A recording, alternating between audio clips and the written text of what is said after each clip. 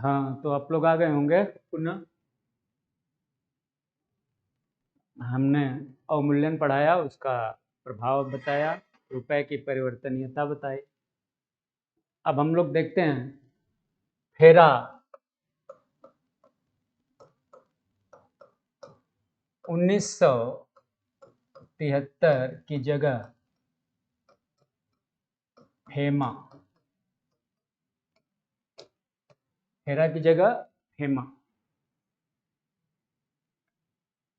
फेरा foreign exchange regulatory act, उसकी जगह अब FEMA foreign exchange management act यानी भारतीय विनिमय प्रबंधन अधिनियम लागू। ये है क्या?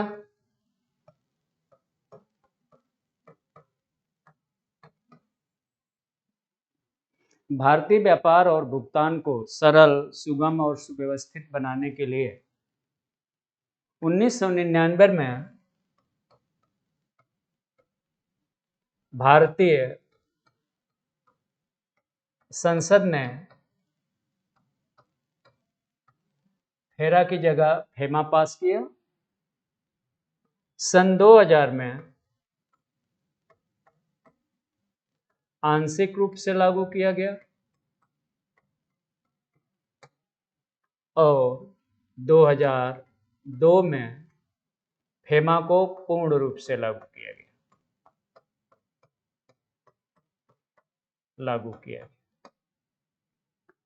भारतीय व्यापार भुगतान को सरल, सुगम, सुव्यवस्थित बनाने के लिए 1999 में भारतीय संसद ने फेरा की जगह फेमा पास किए।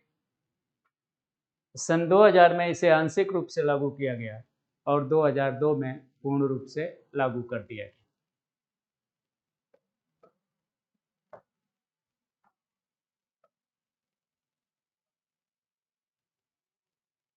सेज विशेष आर्थिक क्षेत्र, विशेष आर्थिक क्षेत्र,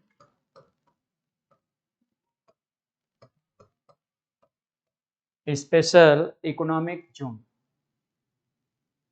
भारत में सेज की संकल्पना 1965 में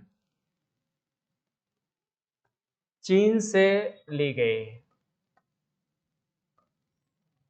यह सबसे पहले कांडला में ईपीजेड के रूप में विकसित हुआ। भारत में सेज की संकल्पना चीन से ली गई। 1965 में भारत का पहला सेज गुजरात के कांडला बंदरगाह के पास ईपीजेड यानी निर्यात संवर्धन क्षेत्र के रूप में विकसित हुआ, एक्सपोर्ट प्रोसेसिंग जोन के रूप में। सेज का मुख्य कार्य निर्यात बढ़ाना, रोजगार सृजन,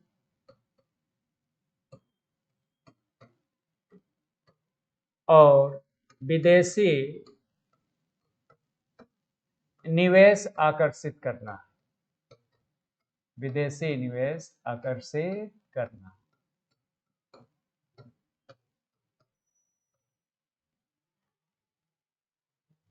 सन 2000 में उद्योग और वाणिज्य मंत्रालय ने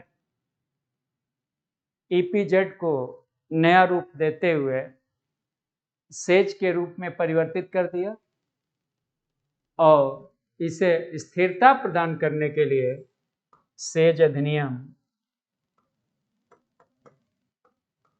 सेज एक्ट अधिनियम 2005 पारित हुआ, जिसे जुलाई 2006 से लागू किया गया।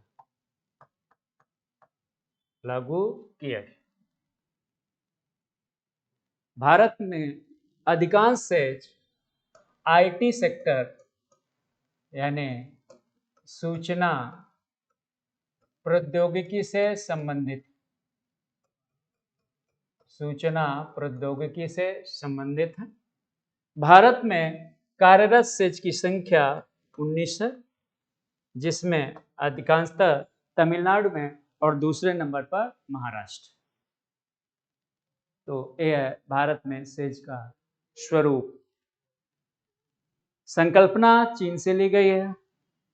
भारत का पहला सेज 1965 में गुजरात के कंदला में ईपीजेड यानी एक्सपोर्ट निर्यात संवर्धन क्षेत्र, एक्सपोर्ट प्रोसेसिंग जोन के रूप में विकसित हुआ।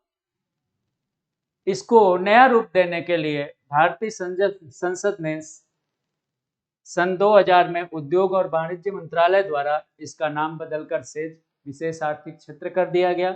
इसको स्थिरता देने के लिए भारतीय संसद ने सेज अधिनियम 2005 पारित किया और कार्यरत सेज की संख्या 19 है, जिसमें सर्वाधिक तमिलनाडु में और दूसरे नंबर पर महाराष्ट्र।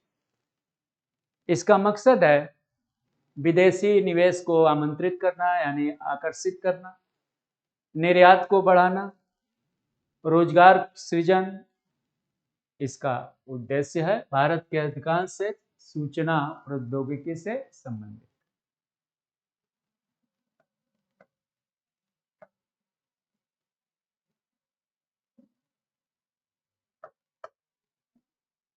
भारतीय व्यापार की अभिनव प्रवृत्तियां, यानी वर्तमान में स्वतंत्रता के बाद से लेकर अब तक भारत का व्यापार किस तरह से हुआ है, यानी निर्यात और आयात की नीति क्या है, कैसे है, उसको देखते हैं। क्या उपलब्धियां हैं और क्या उपलब्धियां नहीं है।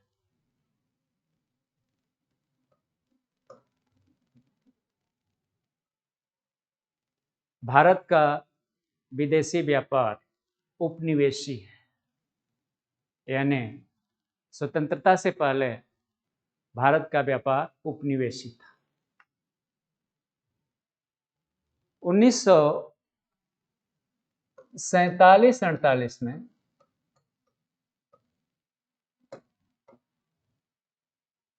भारत का निर्यात 403 करोड़ रुपए का और आयात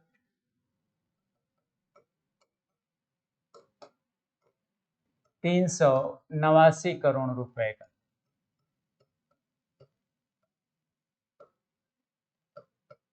इस प्रकार भारत के व्यापार शेष में 14 करोड़ रुपए का लाभ था, यानी धनात्मक 14 करोड़ रुपए का लाभ।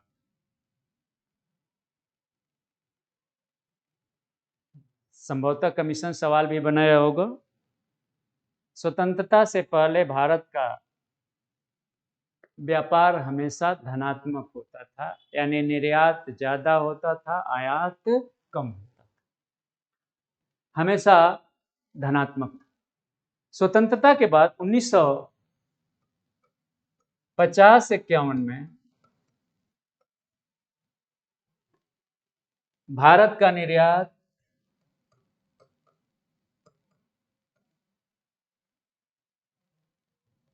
647 करोड़ रुपए का और आयात 650 करोड़ रुपए का। इस प्रकार भारत के व्यापार शेष में 3 करोड़ रुपए का घाटा था।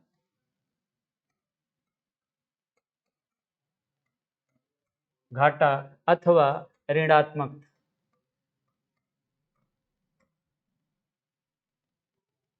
जो अब तक का सबसे कम है। यानी अगर सवाल आता है अब तक का व्यापार शेष में सबसे कम घाटा कब रहा है, तो जवाब होगा 1950-51। 1950-51 से लेकर आज तक भारत के व्यापार शेष में 2 वित्तीय वर्षों को लेकर हमेशा ऋणात्मक प्रवृत्ति रही है, यानी निर्यात कम रहा है, आयात ज्यादा रहा। वो दो वित्तीय वर्ष कौन कौन से हैं? 1972-73 में 104 करोड़ रुपए और 1976-77 में 69 करोड़ रुपए धनात्मक।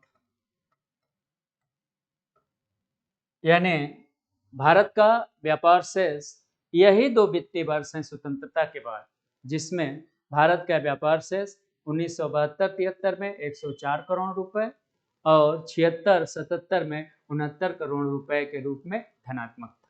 नहीं तो हमेशा भारत का व्यापार शेष ऋणात्मक यानी निगेटिव, यानी निर्यात कम है, आयात ज्यादा है।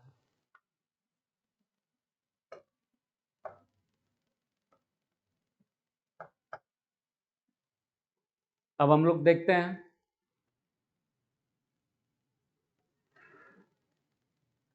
वर्तमान स्थिति। विश्व व्यापार में भारत की हिस्सेदारी 1% से अधिक और 2% से कम है।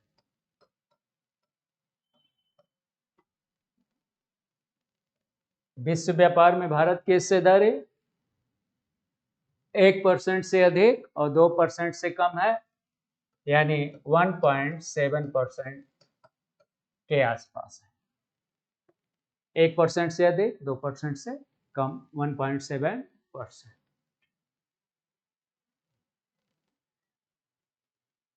उन्नीस 1947-48 के बाद विश्व व्यापार में भारत की हिस्सेदारी क्रमशः घटी है।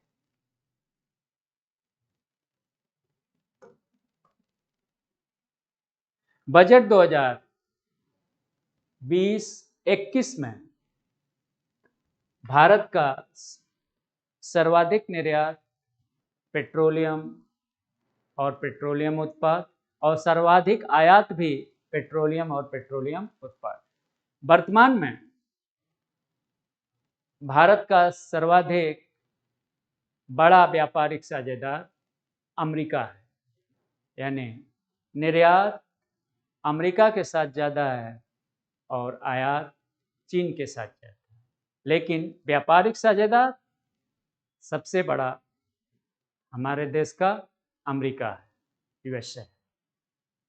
और इस तरह से ये चैप्टर आपका समाप्त हुआ, यानी व्यापार। कल हम लोग मिलेंगे औद्योगिक अर्थव्यवस्था, इंडस्ट्रियल इकोनॉमी।